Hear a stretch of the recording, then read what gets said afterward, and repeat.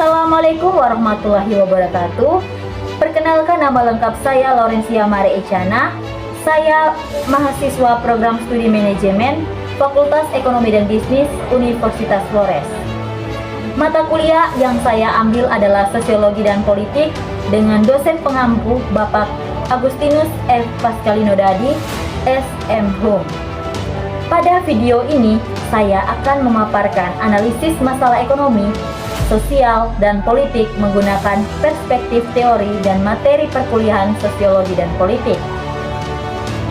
Masalah nyata yang akan saya bahas adalah hubungan antara kebijakan, politik dan pertumbuhan ekonomi di Indonesia, serta maraknya politik perburuan rente atau rent seeking.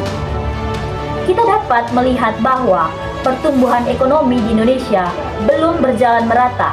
Ada daerah yang berkembang pesat karena mendapat perhatian khusus dalam kebijakan pemerintah, sementara daerah lain tertinggal jauh. Selain itu, banyak kebijakan ekonomi yang justru menguntungkan kelompok tertentu saja, seperti pemberian izin usaha, proyek pemerintah, atau akses sumber daya alam yang diperoleh bukan karena kemampuan bersaing, melainkan karena hubungan dekat dengan pihak pengambil kebijakan. Fenomena ini tidak hanya merugikan masyarakat luas, tetapi juga menghambat pertumbuhan ekonomi yang sehat, adil, dan berkelanjutan. Analisis pertama menggunakan materi politik dan pertumbuhan ekonomi.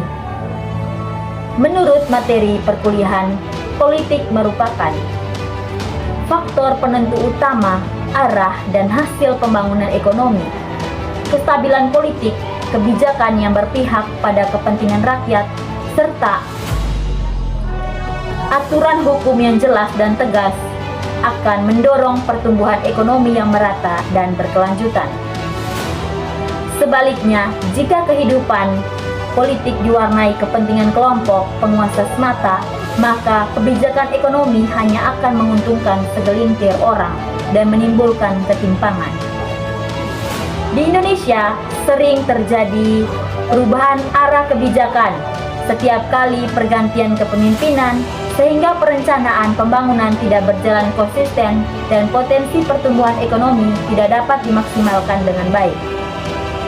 Analisis kedua menggunakan teori rent seeking atau perburuan rente.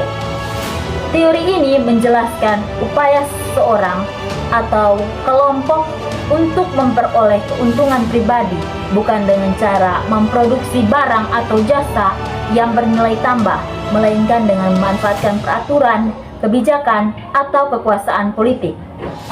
Contoh nyata dari praktik ini adalah penguasa yang melobi pejabat agar mendapat proyek pemerintah tanpa melalui proses lelang yang jujur dan transparan, atau memperoleh izin pengelolaan sumber daya alam dengan syarat yang sangat longgar.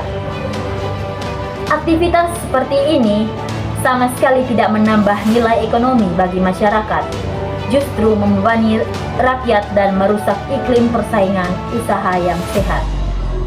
Analisis ketiga didasarkan pada perbedaan antara pengusaha dan pemburu rente. Pengusaha sejati adalah pihak yang menciptakan lapangan kerja, berinovasi dalam produk dan layanan, serta memberi manfaat bagi perkembangan ekonomi dan kesejahteraan bersama. Sebaliknya, pemburu rente hanya berfokus pada mencari keuntungan pribadi dengan memanfaatkan celah aturan dan hubungan kekuasaan. Di Indonesia, banyak pelaku usaha yang akhirnya berubah menjadi pengemburu rente karena sistem perizinan yang rumit, birokrasi yang berbelit, serta lemahnya pengawasan terhadap kebijakan publik. Hal ini pada akhirnya membuat semangat kewirausahaan yang sehat menjadi semakin lemah. Analisis keempat menggunakan materi sistem politik dan rezim ekonomi. Sistem politik yang demokratis, terbuka, dan memiliki pengawasan yang kuat akan melahirkan rezim ekonomi yang menjamin keadilan dan kesetaraan bagi seluruh masyarakat. Sebaliknya, sistem politik yang tertutup dan dikuasai oleh kelompok kepentingan tertentu akan melahirkan rezim ekonomi yang hanya berpihak pada kelompok penguasa tersebut. di Indonesia masih terdapat celah-celah dalam sistem politik dan pengawasan publik yang membuat praktik perburuan rente sudah terjadi, sehingga hasil pertumbuhan ekonomi tidak dapat dirasakan secara adil oleh seluruh lapisan masyarakat. Berdasarkan keempat analisis di atas, saya berpendapat bahwa masalah pertumbuhan ekonomi yang tidak merata dan maraknya praktik perburuan rente di Indonesia sangat berkaitan erat dengan kualitas sistem politik dan kebijakan yang diambil. Selama kebijakan ekonomi masih banyak diwarnai kepentingan politik kelompok tertentu, maka pertumbuhan ekonomi tidak akan pernah bisa dirasakan secara adil oleh seluruh rakyat. Oleh karena itu, solusi yang paling mendasar adalah melakukan reformasi politik yang nyata, melaksanakan penegakan hukum yang tegas, tanpa pandang bulu, menjamin transparansi seluruh kebijakan dan proyek pemerintah, serta memperkuat peran masyarakat sipil dalam mengawasi jalannya pemerintah. Demikian pemaparan analisis saya mengenai hubungan masalah ekonomi, sosial, dan politik dengan perspektif materi sosiologi dan politik. Semoga penjelasan ini dapat bermanfaat. Mohon maaf apabila terdapat kekurangan dalam penyampaian saya. Wassalamualaikum warahmatullahi wabarakatuh.